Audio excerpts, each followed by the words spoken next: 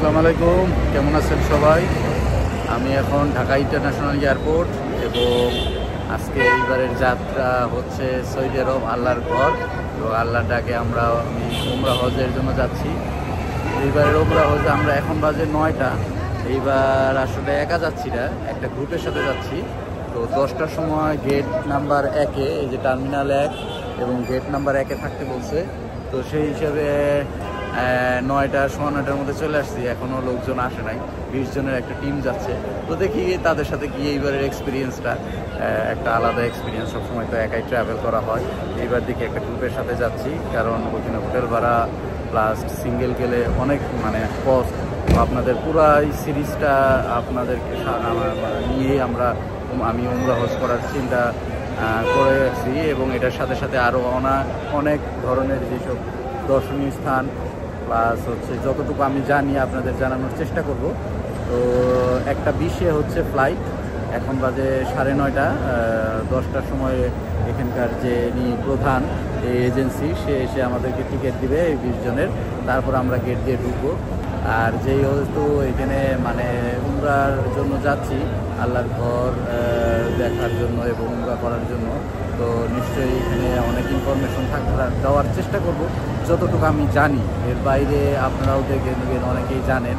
তো সর্বোচ্চ চেষ্টা করব খুব সহজে কীভাবে করা যায়। আর দর্শনীয় স্থানগুলো তো দেখার চেষ্টা থাকবেই। সবভাবে সময় সময় আমরা জানাবো, খুব ধারাবাহিকভাবে অনেকগুলো ব্লগ যাবে।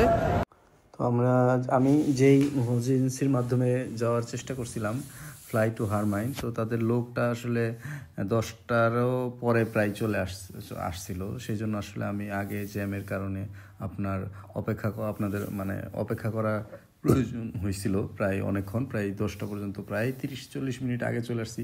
কিন্তু এসে আমি আসলে অনেক মানুষের কান্না দেখছি, যে প্রবাসীরা আসলে দূরে থেকে আসে যায়, এগুলো যে আমি পর্যবেক্ষণ করলাম, আমাকে অনেক ধরনের একটা অন্যরকম অভিজ্ঞতা কাজে দিছে আসলে।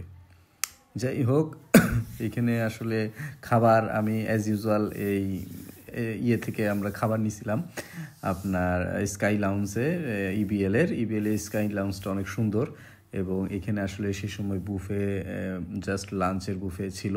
তো খাবারটা খুব ভালো ছিল। আর এইটা হচ্ছে আমার খুব প্রিয় একটা জায়গা, যেই জায়গাটায় আমি আসলে ছবি তুলি, ভিডিও করি, কারণ কাছের ভিতর থেকে প্লেন দেখতে সেই লেভেলের একটা আনন্দ কাজ করে এবং আমারও সেই আনন্দটা লাগতেছিল, যে খুব ভালো লাগতেছিল এই জায়গা থেকে প্লেনটা দেখতে। আর এহরামের কাপড় পরে 2 রাকাত নামাজ পড়ে আল্লাহর কাছে উমরার জন্য আসলে নিয়ত করে ফেলছিলাম। নিয়ত করে আসলে নাইলে তো হয় না। এখানে আসলে বিমানবন্দরে আফটার ইমিগ্রেশন এই কাজটা করা যায়, যে অজু করে এহরামের কাপড় পরে উমরার জন্য 2 রাকাত উমরা নিয়ত করে 2 রাকাত নফল নামাজ পড়ে যাত্রা শুরু করা। তো সেই অপেক্ষায় আসলে রেডি হয়েছিলাম। তো এই হচ্ছে বিমানটা, সেই ছিল, খুবই ভালো ছিল, সৌদি এয়ারলাইন্সের, এবং সব কিছু অটোমেটেড ছিল, মনিটরে সব কিছু দেখা যাচ্ছিল। আর হচ্ছে যে যার মতো করে সময় কাটানোটার সুযোগ ছিল, কারণ প্রায় 7 ঘন্টার জার্নি, খুবই সময় কাটানোটাই কঠিন হয়ে গেছিলো প্রায়। তো আমি এর মধ্যে আবার এহরামের কাপড় পরে আসলে সময় কাটানোটা অনেক টাফ। তো আল্লাহর কাছে দোয়া করতেছিলাম এবং আশেপাশের সব পরিবেশ, বিভিন্ন মানুষজনের দিকে তাকাচ্ছিলাম আর দেখছিলাম তারা কে কী করে। তো সামগ্রিকভাবে আসলে দোয়া পড়া ছাড়া আর সে সময় কোনো করণীয় ছিল না। সে সময় খাবারটা কিন্তু ফ্যান্টাস্টিক ছিল।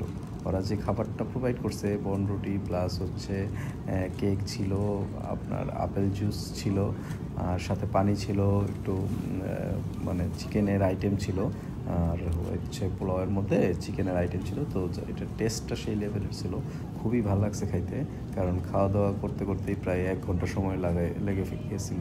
তো এই কারণে আসলে সময়টা এই জায়গায় এসে কাটানোটা সহজ ছিল, কারণ আস্তে আস্তে আস্তে আস্তে খাওয়াটা কমপ্লিট করেছিলাম।